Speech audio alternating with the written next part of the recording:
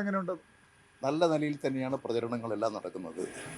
വളരെ ഏറ്റവും അനുകൂലമായൊരു സാഹചര്യമാണ് ഈ നിലമ്പൂർ നിയോജക മണ്ഡലത്തിൽ ഉയർന്നു വന്നിട്ടുള്ളത്. ഒന്ന്, കേരളത്തിലെ ഇടതുപക്ഷ ജനാധിപത്യ മുന്നണി ഗവൺമെൻറ്, ആ ഗവൺമെൻറ് നയങ്ങളോട് ജനങ്ങൾ വളരെയധികം താല്പര്യപ്പെടുകയാണ്. ഇടതുപക്ഷ മുന്നണി തന്നെ കേരളത്തിൽ ശക്തിപ്പെടണം. ഇന്ന് ലോകം നേരിടുന്ന പ്രശ്നങ്ങൾ, ഇന്ത്യ നേരിടുന്ന വർഗീയ പ്രശ്നങ്ങൾ, അതിനോടെല്ലാം ശക്തമായ നിലപാട് സ്വീകരിച്ചുകൊണ്ട് മതേതരത്വവും സാഹോദര്യവും എല്ലാ ജാതിമത വിഭാഗത്തിൽപ്പെടുന്നവരെയും ചേർത്ത് പിടിക്കാൻ ഇടതുപക്ഷത്തിനെ സാധിക്കൂ. അതുകൊണ്ട് ഇടതുപക്ഷം ശക്തിപ്പെടണം, വിജയിക്കണം എന്നാഗ്രഹിക്കുന്നവരാണ് പൊതുവെ ഈ നിലമ്പൂരിലെ ജനങ്ങൾ. ഈ ജമാഅത്തെ ഇസ്ലാമിയും UDF-ഉമായുള്ള ബന്ധം അത് ലീഗ് അറിഞ്ഞുകൊണ്ടാണെന്ന് പറയുന്നു. അങ്ങനെയെങ്കിൽ അതൊരു ചർച്ചാ വിഷയമായി മാറില്ലേ? അല്ല, അത് ജമാഅത്തെ ഇസ്ലാമി അവരുടെ തെരഞ്ഞെടുപ്പിൽ മത്സരിക്കുന്ന പാർട്ടിയാണ്, വെൽഫെയർ പാർട്ടി. അവരിപ്പോൾ പൂർണ്ണമായും UDF-നോടൊപ്പമായിട്ട് എങ്ങനെയാണ് ഒരു മതേതര പാർട്ടിക്ക് ഇന്ത്യയിൽ ഇസ്ലാം രാഷ്ട്രം കെട്ടിപ്പടുക്കലാണ് ഞങ്ങളുടെ ചുമതല എന്ന് പ്രഖ്യാപിച്ചുകൊണ്ട് ആ നയം അംഗീകരിച്ചുകൊണ്ട് പ്രവർത്തിക്കുന്ന ഈ ജമാഅത്തെ ഇസ്ലാമിയുമായിട്ടും അവരുടെ വെൽഫെയർ പാർട്ടിയുമായിട്ട് യോജിക്കാൻ കഴിയും? എങ്ങനെയാണ് അവർ യോജിക്കുന്നത്? ഇത് മതേതരവാദികളിലും മതന്യൂനപക്ഷങ്ങളിലും വലിയ ഉത്കണ്ഠയും ഭയവും ഉണ്ടാക്കിയിട്ടുണ്ട്. ഈ നിലപാടാണ്, ഈ ജമാഅത്തെ ഇസ്ലാമി സ്വീകരിക്കുന്ന നിലപാട് മുസ്ലിം സമുദായത്തിനെതിരാണ്.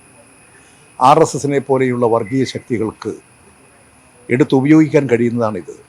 അതുകൊണ്ട് തന്നെ ന്യൂനപക്ഷ വിഭാഗങ്ങൾ, അതുപോലെ തന്നെ മതേതരവാദികൾ, ജനാധിപത്യ വിശ്വാസികളെല്ലാം ഇടതുപക്ഷം ശക്തി പ്രാപിക്കണം, എന്നാലേ ഭാവിയുള്ളൂ എന്ന് ചിന്തിക്കുകയാണ്. അവരുടെ എല്ലാം പിന്തുണ പ്രത്യക്ഷത്തിൽ രാഷ്ട്രീയത്തിലുള്ളവരും ഇല്ലാത്തവരുമായിട്ടുള്ള ജനങ്ങളുണ്ട്. പക്ഷെ രാഷ്ട്രീയത്തിൽപ്പെടുന്നവരും പ്രത്യേകിച്ച് രാഷ്ട്രീയത്തിൽ പ്രവർത്തിക്കാത്തവരുമെല്ലാം ആഗ്രഹിക്കുന്നൊരു കാര്യം ഇടതുപക്ഷം ശക്തിപ്പെടണമെന്നാണ്.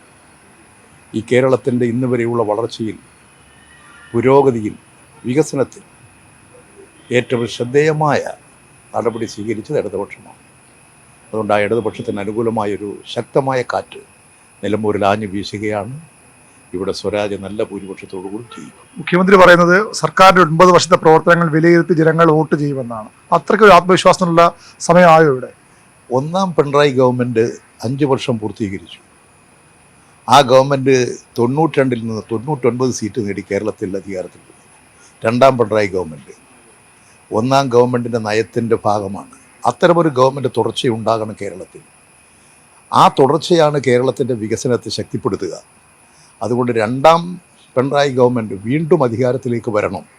അതാണ് വികസനത്തെ പൂർണ്ണതയിലെത്തിക്കുക, കൂടുതൽ വികസനം ഉണ്ടാക്കുക. അതിന് അനുകൂലമായൊരു സാഹചര്യം ഉണ്ടാകണമെന്നാണ് ജനങ്ങൾ വിശ്വസിക്കുന്നത്. ആ ജനങ്ങളെല്ലാം ഇടതുപക്ഷത്തിന് അനുകൂലമായി മാറും. നിലമ്പൂരിൽ ശക്തമായ മഴയും കാറ്റുമൊക്കെ ഉണ്ട്. പക്ഷേ ഇടതുപക്ഷത്തിന് അനുകൂലമായ, ഇടതുമുന്നണി സ്ഥാനാർത്ഥിക്ക് അനുകൂലമായ കാറ്റാണ് നിലമ്പൂരിൽ വീശുന്നതെന്നാണ് മുതിർന്ന നേതാവ് EP ജയരാജൻ പറയുന്നത്. അദ്ദേഹം പര്യടനത്തിനായാണ്, 3 ദിവസത്തെ പര്യടനത്തിനായാണ് ഈ നിലമ്പൂരിലെത്തിയത്. ക്യാമറമാൻ അഖിൽ ഒട്ടുപാറയ്ക്കൊപ്പം VV അരുൺ, News 18 നിലമ്പൂർ.